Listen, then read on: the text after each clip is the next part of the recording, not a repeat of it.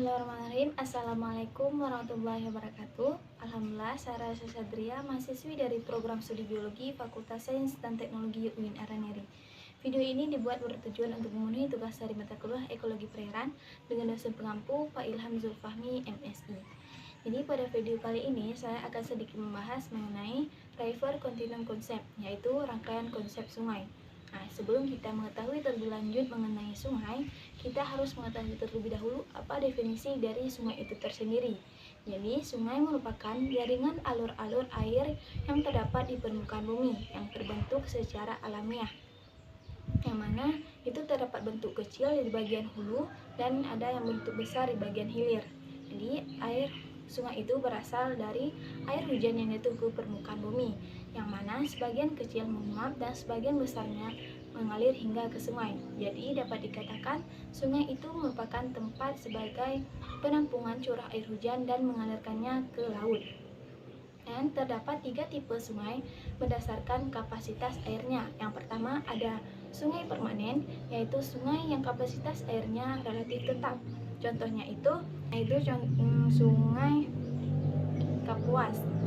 Dan yang kedua ada sungai periodik, yaitu sungai pada musim hujan airnya banyak, sedangkan pada musim kemarau airnya sedikit. Contohnya itu sungai Opak di Jawa Tengah. Dan yang ketiga ada sungai episodik, yaitu sungai pada musim hujan airnya mengalir, sedangkan pada musim kemarau airnya kering. Contohnya itu sungai Kalada di Pulau Sumbang. Dapat dikatakan bahwa aliran air di permukaan bumi itu sebagai sungai jika ia mempunyai ciri-ciri sebagai berikut. Yang pertama, jika airnya itu mengalir secara searah dan kedarasan aliran atau kapasitas dari air tersebut mengalami fluktuasi, yaitu kapasitas airnya itu mengalami naik turun kapasitas airnya, dan bentuknya itu memanjang serta relatif dangkal. Jadi diagram dari rangkaian konsep sungai itu, jadi setiap bagian di sungai itu mempunyai keterkaitan atau hubungan yang erat antara bagian hulu hingga ke bagian hilir, yaitu dalam mengontrol aliran energi dan karbon di ekosistem fluvial, serta spesies organisme yang terdapat di akuatik tersebut.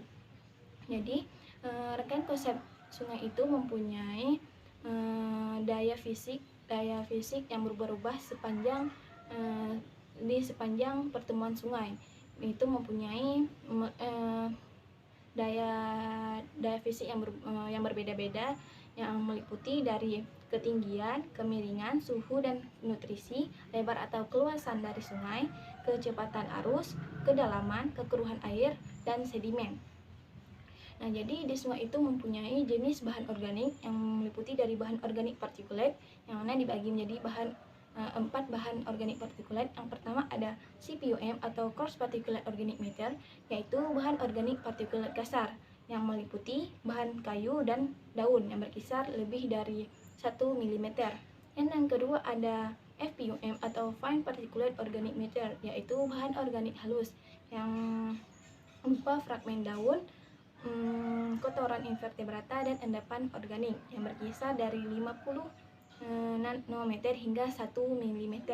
Dan yang ketiga ada UPOM atau Ultrafine Particulate Organic Matter, yaitu fragmen yang lebih kecil dibandingkan dengan FPOM tadi yang berkisar dari 0,5 hingga 50 nanometer. Terakhir ada di DOM atau Dissolved Organic Matter, yaitu bahan organik terlarut yang berkisar dari lebih kecil dari 0,5 nanometer yang larut dari daun, akar, organisme yang membusuk, dan sumber dari organisme yang tinggal di tanah lainnya.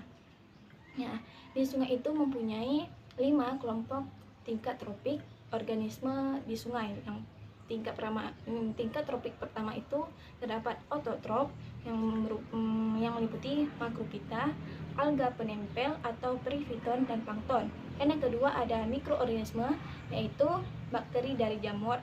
Dan yang ketiga ada grazer, yaitu pemakan alga menempel pencabik yang merupakan pemakan partikel kasar dari tumbuhan. Dan yang keempat ada kolektor, yaitu pemakan partikel halus atau disebut detritivore. Dan pada tingkat tropik yang tertinggi itu terdapat predator, yaitu pemakan hewan lainnya. Oke, sekian yang dapat saya bahas mengenai rangkaian konsep dari sungai. Semoga apa yang saya jelaskan dapat bermanfaat bagi kita semua. Lebih dan kurang saya mohon maaf. Wabillahi taufiq wal hidayah. Wassalamualaikum warahmatullahi wabarakatuh.